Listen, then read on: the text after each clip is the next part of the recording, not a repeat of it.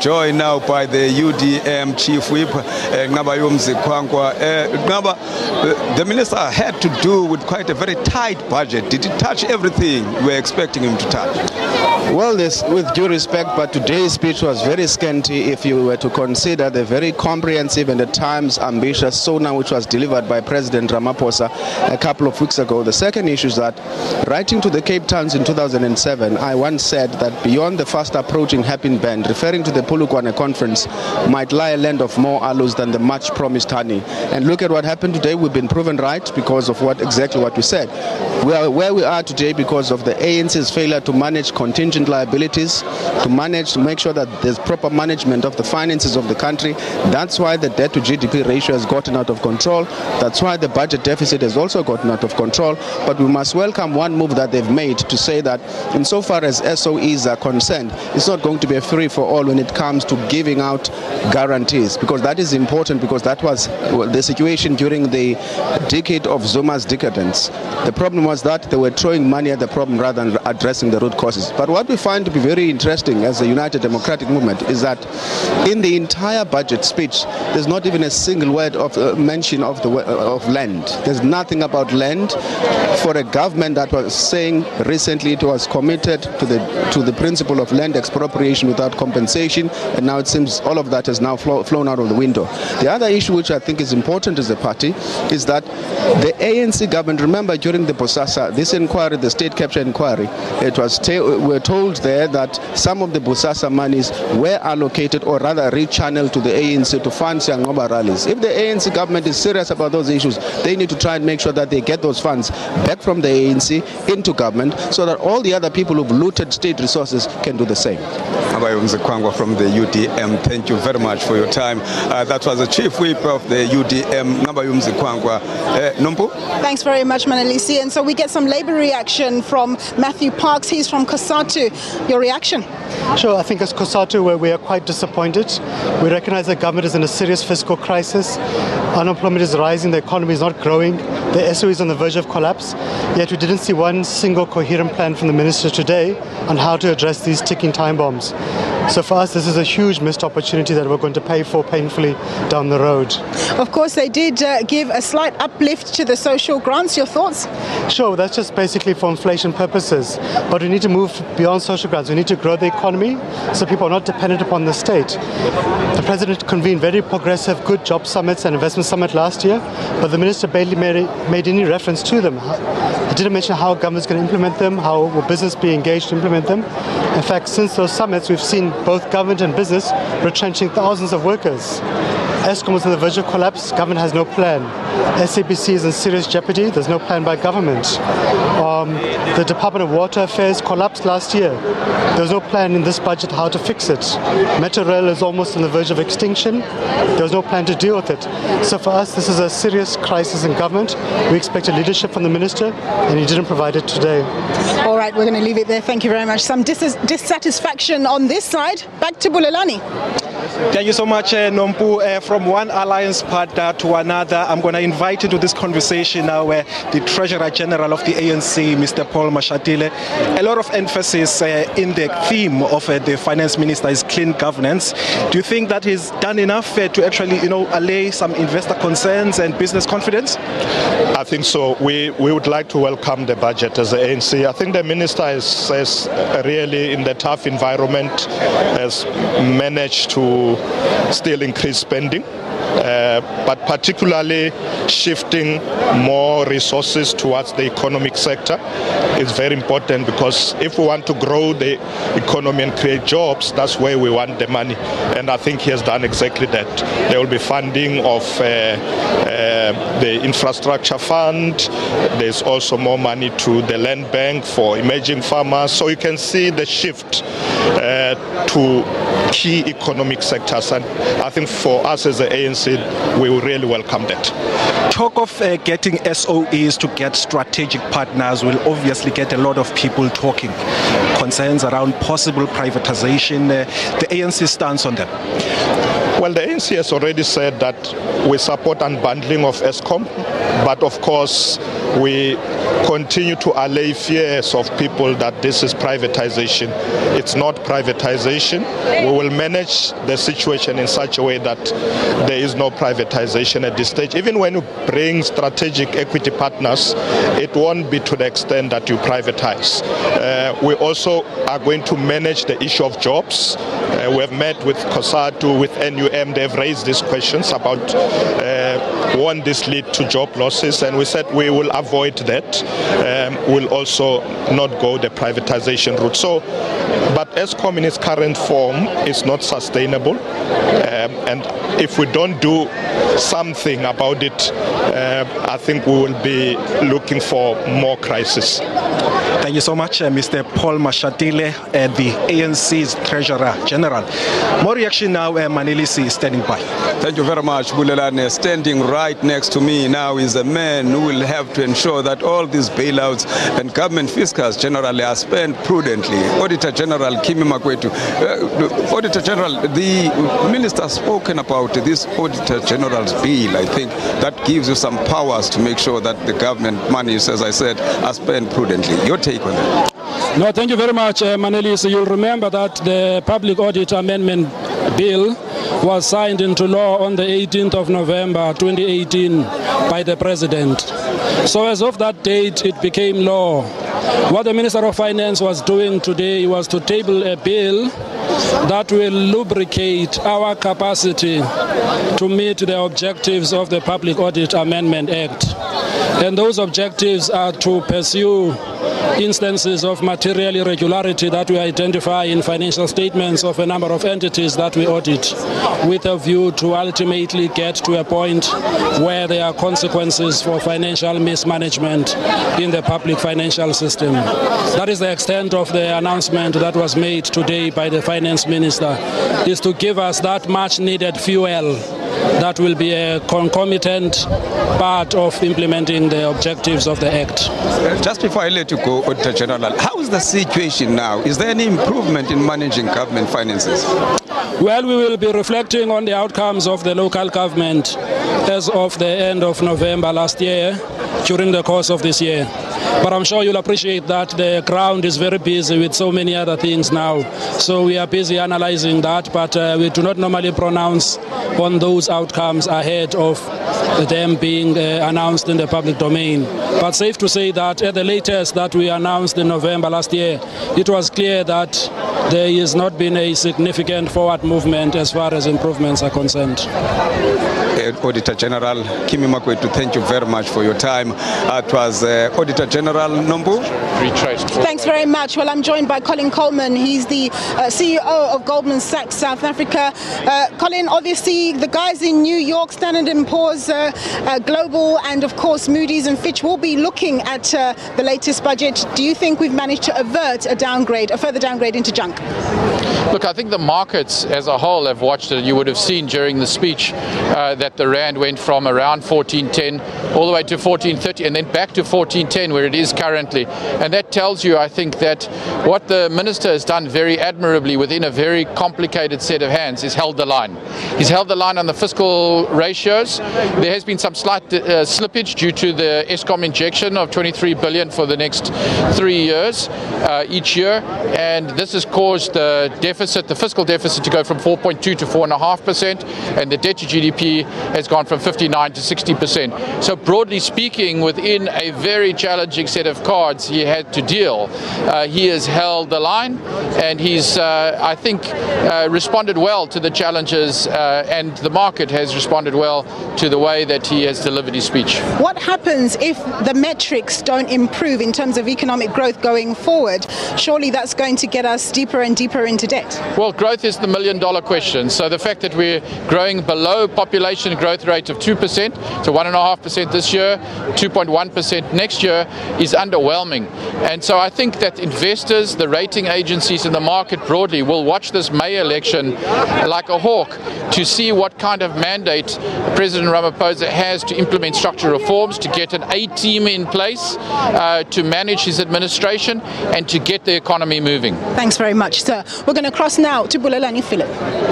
Thank you so much, Nompu. Of course, we're going to delve into some of the issues that have come out of this budget. Of course, education, health and social development continue to receive the biggest share of the budget.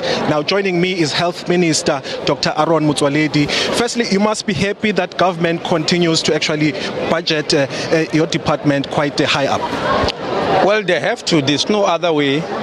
As it was discussed in January in Davos this year and at the AU, that health and economic growth are inextricably bound. If we want the economy to grow, which everybody wants, we have got to stabilize the healthcare system.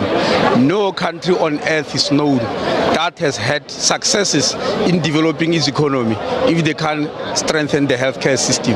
And as I said, I'm happy that this is the resolution that was taken by heads of states at AU just last week. There is that realization around the whole world. All right, just the allocations for the NHI. We know that the NHI bill had to be sent back by cabinet. Give us assurances when you expect it to be revived, and how soon can the general public actually start benefiting from the benefits of that? Well, the general public is benefiting from NHI already. It's only that maybe because many of them don't understand what type of animal. They want to see one day dawning where we say this is NHI Day. And I told them it's not an event, it's a process.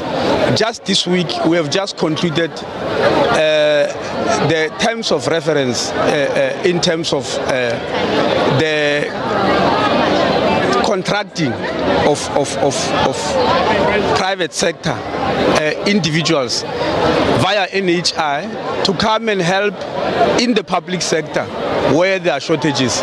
For instance, we have just finished contracting the oncologists. You are aware that we are very short of oncologists in the country, and we said under NHI we've got to use oncologists in both public and private.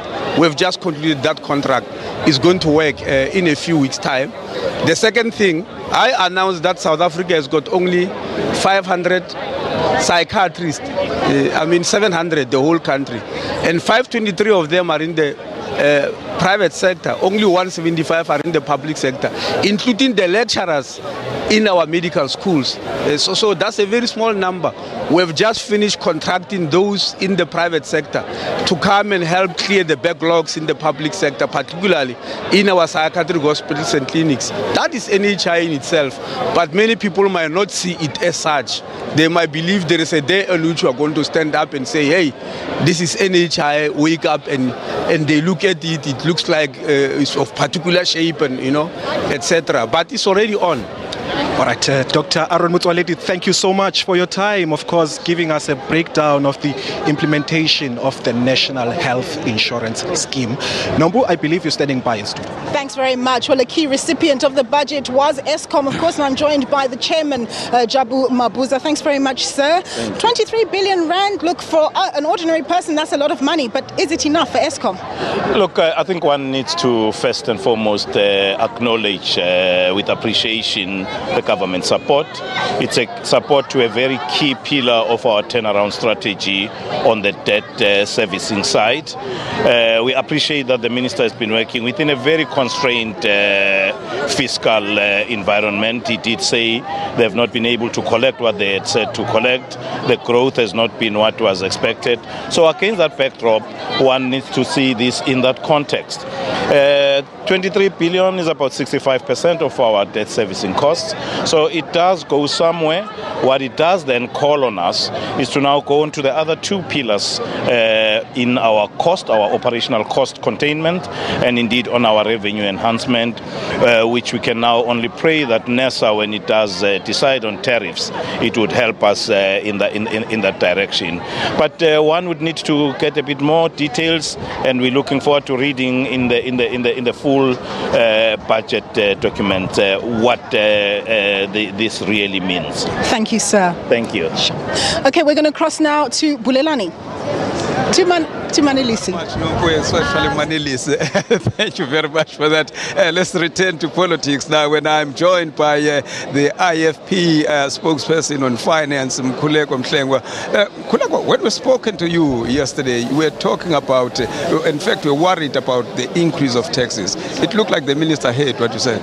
Well, it did, but it's also unfortunate that he did not revise VAT downwards, given the fact that the majority of people still feel the pinch of that. Secondly, there was fewer levy increases which further burden the poor, and the fact that all the social grant increases were very marginal and certainly do not respond to the current and prevailing realities insofar as that is concerned. Of concern, of course, is also the fact that we are spending more than we are generating as a country, and that, of course, forces us now to borrow, because government simply is not willing to cut the fat, is not willing to trim the fat. The state of health of our SOEs is a big problem, given the fact that the SOEs continue to use these guarantees, much to the detriment, of course, of the fiscus. Whilst the minister spoke very broadly about the need of strengthening controls insofar as guarantees are concerned, we've been down that road before, because we would not have given these guarantees to begin with willy-nilly. The issue is about implementation. He speaks about getting the necessary technical skills insofar as getting a chief reorganization officer is concerned for SOEs, but we feel that does not go far enough, because the issues are far beyond that. You need to embed good financial discipline, management and good governance in the SOEs consistent with the PFMA and so on. When you look at the infrastructure bill which the minister spoke about, that must be welcome, because it says to us government has finally woken up to the reality that it's not a job creator. It must create a conducive and enabling environment for the economy to thrive so that businesses can be able to invest.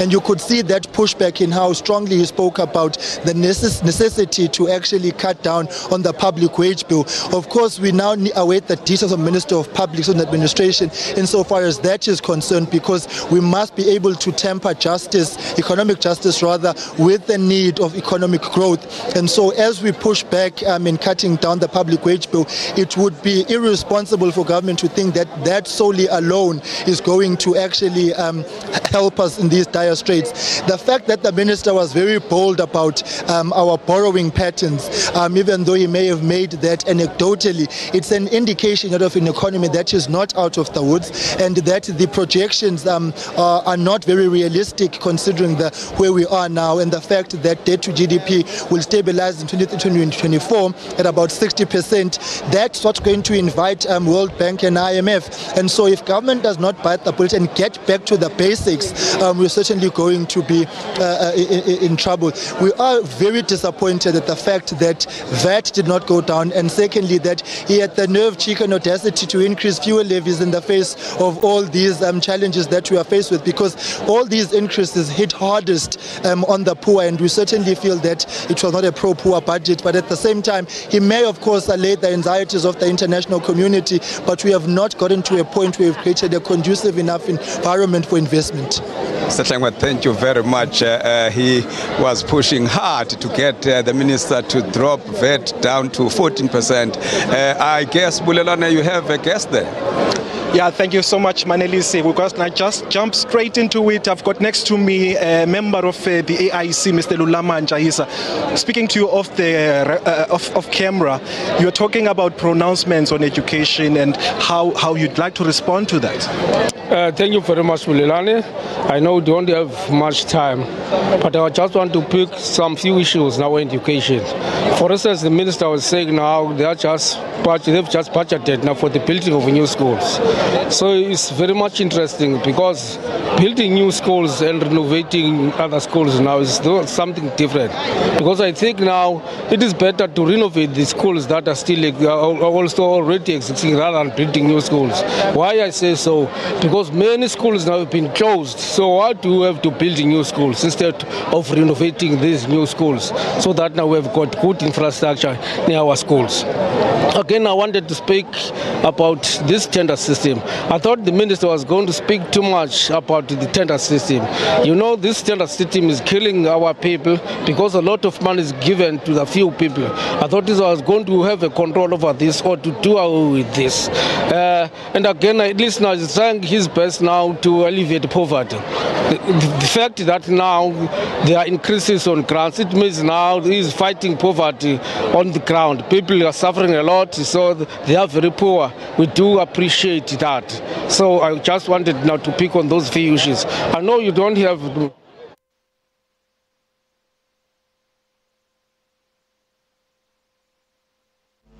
As always, of course, touching on the education, the eradication of the tender system, as well as other issues of the social security. Nombu, I believe you've got another guest in studio. Yes, I have. Thanks very much. I've got Isaiah Mhlanga. He's executive economist from Alexander Forbes to give us his perspective on things. Obviously, the minister spoke to the public service division, saying that there are not going to be any increases in salaries going forward for at least this year. And that there's going to be a process of letting people go without penalties. Just speak to that, and how significant was that? I think it is very significant, particularly if you consider that it's one of the issues that we have been saying is of a big concern, because if you look globally, South Africa has one of the biggest public sector wage bills if we look at countries that we compare ourselves with. So the fact that there is going to be allowance for people that are within the ages of 55 to 59 to retire without penalties, and combined with the natural attrition, which means when people resign, they're not replaced, is going to save National Treasury over 40 billion over the next 3 years. So it's one of the reforms that we have been looking for some years, which we have got now, which in addition to the reforms that are being done in the energy sector, that's quite important. 23 billion given to Eskom per year for the next 3 years is going to provide the necessary support while Eskom restructures itself and allow private sector players to come into the energy sector. But also, if you look at the fact that there is no new support for SAA, there's no new support for the SABC, there's no new support for DINEL, and any funding request that is going to be requested by these SOEs is going to be funded from the sale of non-core assets, which means this is going to be neutral for the fiscals. That is a positive reform. So in general, when you look at this budget, you shouldn't look at the slight deterioration in the fiscal numbers. You look at the structural reform packages that have been put together. So it is a structural reform budget rather than a budget that focuses or aims to consolidate. All right, thanks very much, Isaiah, for your time. Isaiah Mhlanga, he's he's executive economist at Alexander Forbes. We're going to go now to Bulelani. All right, thank you so much, Nompu. Of course, we're still taking reactions from all sectors of society. Now, joining me in this conversation is Azania Matiwane from the Progressive Professionals Forum. Of course, a lot of things said in here. Is there any hope that you're taking out of the budget speech? Of course, there's a number of things that we are taking away out of the budget speech. This, first of all, it's been a difficult budget than any budget that has been delivered by any finance minister, first of all, since the post-apartheid era. The other thing that is important is the fact that we must note, in terms of this budget, there's about 238 billion rands that has been borrowed. This is representative of robbery to the future. However, the economic environment that we are faced at the moment, there was quite no other room that the minister could have maneuvered to ensure that we can be able to get more money in order to finance their spending. However, what we like is the fact that the minister has made it very clear in terms of the fears that many people have been having in terms of the breaking out of the unbundling of Eskom. It's not necessarily to ensure that there's going to be privatization, but what is going to happen is the fact that you want to capitalize on the issue of the different balance sheets of the specialty units. So this is one thing that is very positive, and one thing that has been making creating an uncertainty in terms of the market. So at the moment, we think that this has been a very good budget under difficult circumstances. All right, Mr. Azania Matiwane. Okay, from the Professionals Forum, basically giving us the position of the organization. And now for more reaction, we'll go back to Nombu. Thanks very much, Bulelani. So I'm joined by Mark Sevitz. He's from SAICA, that's the South African Institute of Chartered Accountants. Your reaction, sir? At first thought the budget was really bad, but on reflection, not as bad, but for taxpayers, that's not good. There's absolutely no benefit for taxpayers, but no tax increases, but no inflationary adjustment to the tax brackets. And what that means is if you earn more money this year, your employer gives you more money for an increase, you don't really get any tax relief. So that's not very good for taxpayers. But otherwise, not a bad budget overall for the future of the economy. All right, thanks very much, Mark, for your time. Now we're going to go to Manalisi. Thank you very much. I'm now joined by the president of BMF, Andile Nomlala. Andile, what's your impression generally about the minister's speech? Look, I think the speech is, we're looking at a different direction. It's a reformist budget, if I may call it. It's not business as usual. Things are tough. And I think Minister Mboweni is actually the right person for the job to run a tough budget. We like, particularly in the BMF, the part where they speak about the issue of retirement for public service, particularly the old people in the public service. We hope that it will bring in opportunity for black professionals who are younger, much youthful, and we hope that that retirement will also extend to even the executive. We don't want to see a situation of having average 60, 65-year-olds only in positions of leadership. So for BMF, we are very pleased by some parts of the budget. It was not the common type of a budget, and we're worried, I must say, about Eskom. But what I see has happened here is that they first want to try and do the restructuring of Eskom, and then maybe after put in the money, because as things stand, we can't have a situation where Eskom would only have 23 billion, and that 23 billion is actually dedicated into restructuring Eskom. So let's hope that they would first unbundle Eskom, which is something I support, but it's not necessarily what will do the solution, because unbundling doesn't cap cost, unbundling doesn't necessarily improve revenues, but it's a right thing to restructure and see each business unit on its own, and then thereafter we then put capital injection. So overall, we are very pleased by the budget. Andile Nomlala, thank you very much for your time. That is the president of BMF, Andile Nomlala. I understand, Nompi, you've got another guest there? Yes, thanks very much. I'm joined by Mamelo Matikinta Ngwenya. She's the chief economist at FNB. What's your reaction, ma'am? I think there were some positives and some negatives in the budget today. Unfortunately, the negatives do outweigh the positives.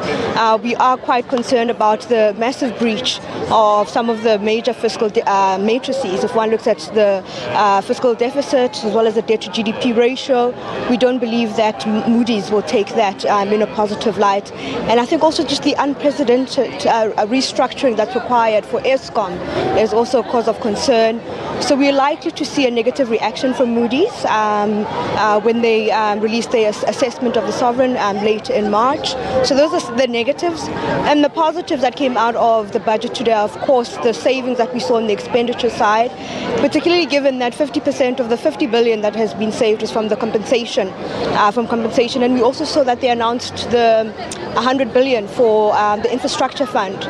So those are some of the positives that we have been championing for, but unfortunately I would say the negatives this time around outweigh the positive. In terms of the positive, of course, what we want is implementation. It's all very well and good to have money, but you need implementation. Even up to this budget now, people are saying, well, there's been government underspending. Surely that's a worry, because the reason why they have funds to spend is so that they can address the imperatives that are needed for South African society. Definitely, and I think if one looks at sort of the very light restructuring turnaround plan that was offered in the budget speech today, and I think a lot of people will be looking to see if Eskom can actually execute on some of the stuff that they've stated. So I think that will be quite important, because as I said, Moody's might change sort of the negative outlook and may not necessarily outright downgrade, and they might give the state utility some room to actually implement some of the reforms. In terms of what the finance minister announced around the public service and just letting people go perhaps without any penalties, I understand that this measure and others in relation to the public service may save about 47 billion over the medium term, over the next 3 years. Your thoughts? I think it's a positive step, because that's one of the components that they've been struggling to reduce for quite some time. So essentially what that means is that the compensation bill then decreases to around 34% of total expenditure, which is quite welcomed. I think it's a great positive. And in terms of the other SOEs, the government hasn't given support to them because basically they're going to have to apply for support. They've set aside a 13 billion rand contingency plan. Do you think this is a more progressive way for government to deal with it rather than just chucking money at these organizations? I think it's quite important for some of these state-owned entities to show that they are working at actually meeting some of the obligations that they've made to the public, to their debt holders, as well as to government. So I think it's a positive step that they're saying, look, you have to show that you're going to restructure and turn the ship around before they allocate the funds. Thank you very much. That was Mamelo from FNB. We're going to go now to Manelisi. Thank you very much, Nopu. I'm here with the CEO of Eskom, the parastatals we have been talking about through this week. Mr. Pakamani Hatebe, thank you very much for coming in. 23 billion rand, that gives you a lifeline, isn't it? You know, it comes at the right place. It comes at the right time, you know. Of course, we'll have been even more excited if it's more, but in all fairness, 23 billion means that we'll reduce our debt servicing cost by about 65-70% or so. Debt servicing cost at Eskom is about 32 billion a year. So if we get this 23 billion, it means we'll be saving about 23 on the servicing debt. That money will then be used in key issues such as the maintenance of power stations. It comes at the right time. Otherwise, how bad are your financial position? The financials, we're sitting in an uncomfortability, as I've already indicated. If you are looking at our total revenue, it's 180 billion, and total cost is 140 billion. That leaves us the earnings, what we are earning, at 40 billion. But debt servicing cost and debt payment is 50 billion. So we've been borrowing to service our debt. With this 23 billion that is coming in, it means 65% of the debt servicing cost will be paid by government. And the advantage, that is, the government will give us money to manage that. The advantage of that then is that it releases the earnings that we have to deal with key issues such as maintenance, which will ensure that we don't have load shedding. So it is accepted. Just quickly before I let you go, I mean, can you guarantee us that we're not going to suffer from load shedding in the near to medium future? We have... Okay, take your breath. We had a plan that we set up, and we informed the South Africans that we're going to stabilize the whole thing by end of April, that we're going to put in systems, the 9-point plan, that will avoid load shedding. So up until April, we are working on that. As we are sitting now, we are sitting comfortable. But the problem and the biggest challenge we are facing is that some of the old power stations, you know, they trip. That is from time to time without any indication before that. But we are on top of that. I think the situation is getting better. But up until the end of April, we're going to come back to South Africans and indicate where we're standing. Thank you very much, Mr. Hatebe. You can take your breath one time. As Pakamani Hatebe, this parastatal we've been talking about throughout the week. Mnombo, I understand we have another guest with you. Thanks very much. I'm joined by Sibongisieni Mbata. He's the president of ABSIP. Thanks very much for joining us, sir. What's your reaction to the budget? Well, I have attended many budget presentations. This was probably one of the shortest, straightforward, pointed, with clarity of what needs to be done. This is not a business as usual budget. It is reformist. It says this is the new path.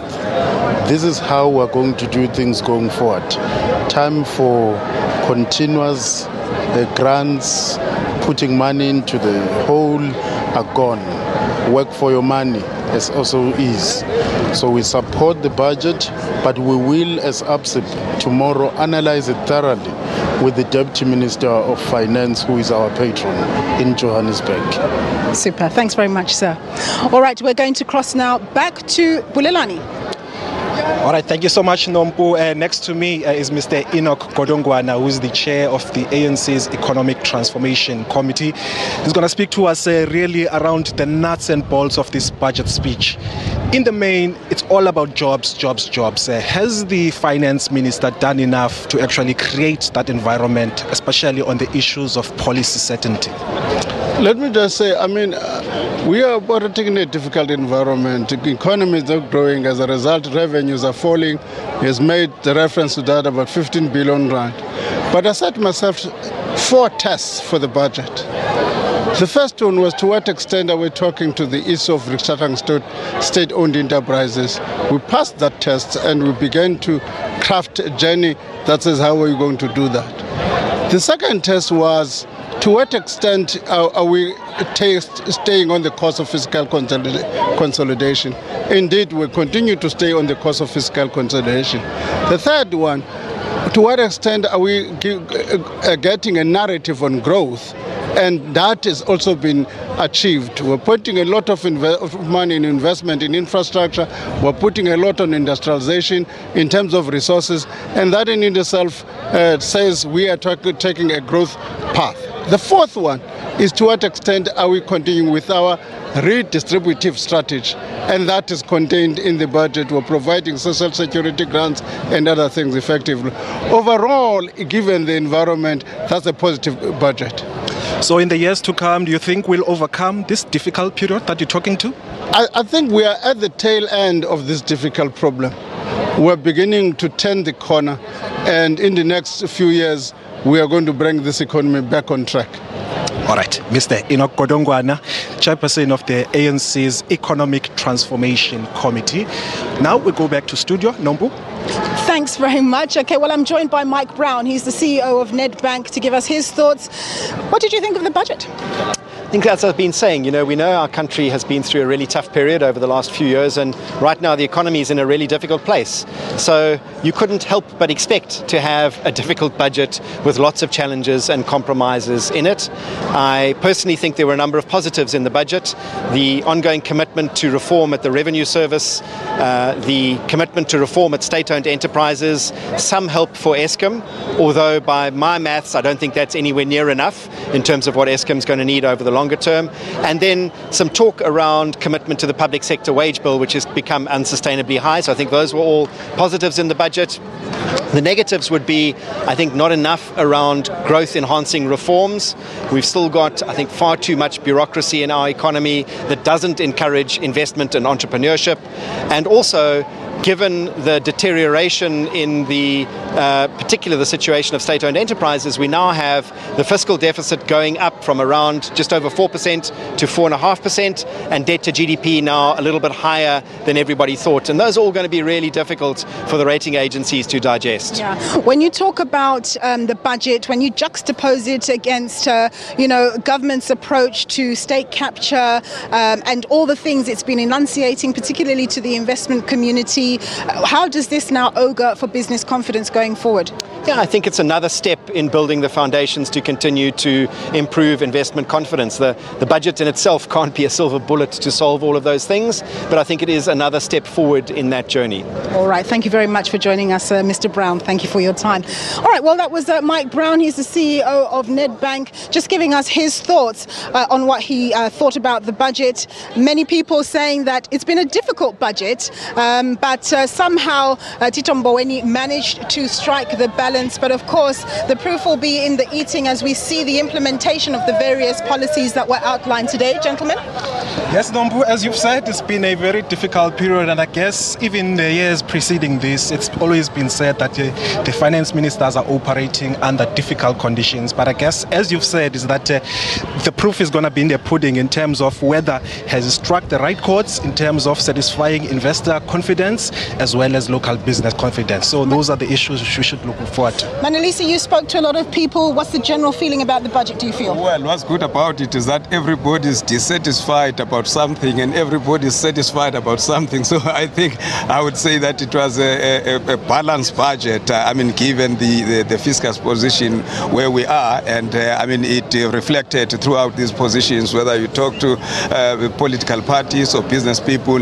But as they say, we will see if we will manage eventually to fix Eskom, which is the biggest risk in our economy. Pakamani Hatebe seemed to be satisfied with the 23 billion rand that he will be getting as a lifeline until further solution is announced very soon, as I said. Okay, super. All right, so I understand that Bulelani now has a guest. We're going to cross to him. Well, okay, unfortunately, he's not yet ready. And so, Bulelani, is Bulelani ready? Okay, so now we're going to speak to Peter Moyo. He's the CEO of Old Mutual, and he's just going to give us his insights on what he thought about the budget. Do come through, sir. So we spoke earlier. You said you're an eternal optimist, and how did you feel about the budget? Well, I actually think, all in all, it was a good budget, and in fact, somebody said it is underwhelming in the sense that there were essentially no surprises. Firstly, but there was actually some boldness. That's actually the other thing that I liked about it. Firstly, we are going into an election. For the minister to talk about controls on the public sector wage bill in a year when we are going into an election, that's actually very bold. For the minister to talk about conditions on lending money to state-owned entities, when you're actually talking about chief restructuring officers, is also a very important thing. But it was always going to be a difficult thing. We did not see a change in the tax rates, so the only way that we are dealing with the incomes there is through bracket creep. So individuals are going to feel it a bit on bracket creep. Yes, we did expect the sin taxes to be raised. He did that, but he's also talked about serious controls. He's also talked about fighting corruption, but also he said in a few weeks we're going to have a new head of SARS. But it was also encouraging to hear him talk about the link between policy from what the president said and the budget framework. So hopefully we are going to see government acting in unison. He also talked about the relaxation of or looking at the visa regime that's actually going to make us more competitive. So all in all, really, I actually thought it was a good budget. Yeah, okay. The corporate tax was actually was not changed, but I think that was also in recognition of the fact that already our corporate taxes are at a high level and the individual taxes are also at a high level. Yeah. Thanks very much, sir, for your input and your view on what happened with the budget. Now we're going to cross to Bulelani. All right, thank you so much again, Nompu. Of course, we're taking a reaction from business. Next to me is Tanya Cohen from Business Unity South Africa. Thank you, ma'am, so much for your time. You must have been watching very closely the expectations coming out of this budget. Is it meeting the expectations that as business you were looking for? So I think we expected it to be a really tough budget, and we knew that there wasn't much space to move in. In terms of revenue collection, there isn't much movement and opportunity. So really, to contain expenditure, the signals that we saw coming out of the minister's speech in terms of containing public sector employment wage bill, it's a good signal. And generally, the containing of expenditure on the state-owned enterprises, we think, is also a positive sign. Also strengthening the accountability in terms of what state-owned enterprises do with those funds. And I think the indication that there's going to be a really deep dive into whether we need all the state-owned enterprises we have, and if so, which parts of them. So that's necessary. Talking about the rationalizations of these state-owned companies, do you think that privatization is something that you as BUSA would support? So certainly we think, and if you look to Eskom, for example, partial privatization is certainly one of the solutions. Selling off the non-core, non-strategic parts of the business are important, and actually closing down some parts that aren't necessary. That's absolutely important, because if we don't do that, Eskom is not going to be sustainable. And that's the inquiry we've got to ask across our state-owned enterprises. Like, some of them do not actually deliver to the developmental mandate in the way that they were originally conceived, and we've got to reinvent them in terms of what we need for the future. Before I let you go, just one last question. There's always been this perception that maybe in the past, business had been on an investment strike. Do you think a budget like this would probably make them feel much more easier that they can invest and create jobs? Look, I think the budget certainly reinforces what the President set out in the State of the Nation. It was a very strong, business-friendly State of the Nation address. I think it indicated that government wants to try and create the environment for business to thrive and to participate in the economy, to create jobs and to invest. So I think the fact that the budget reinforced a lot of those themes is very important, but ultimately we're going to have to see delivery and action. All right, delivery and action is what you're looking for. Tanya Cohen is the CEO of Business Unity South Africa. I'm sure Nompu is standing by with another guest. Yes, I'm joined by Isabel Fry. She's from the Budget Justice Coalition, and her focus really is on the alleviation of poverty and inequality. Isabel, of course, Eskom being such a massive responsibility for government to deal with, there wasn't much room for them to maneuver in these very important areas that you look at. There wasn't much room in which they did maneuver. We believe that they could have maneuvered to a greater extent. Our concern is that the poor and working class are still reeling after the VAT increase of last year, and the child support grant came in with an under-inflation increase, which means that basically the stimulation at lower ground level of the economy is not going to happen. People don't have the money, the disposable income. So we're caught in that rut without anything coming through. We really feel that it's a tired budget that came at the end of a tired administration. What we do hope for is that the messaging of people, of the non-orthodox economists that have been coming through in terms of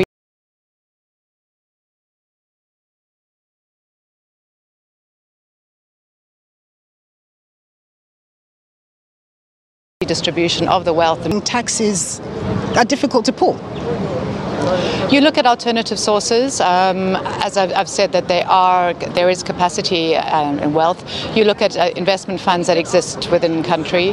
The consensus seems to be that the ratings agencies will be satisfied. So we have to look at borrowing. The dangers of borrowing are well known, but on the other hand, the dangers of raising 22 million people in this country who don't have enough to eat is also an incredible threat that we need to look at and be aware of. Well, very sober note indeed. Thanks very much, Isabel, for that. And so now we have pretty much spoken to all the people that we need to speak to for now. We're going to go for a quick break.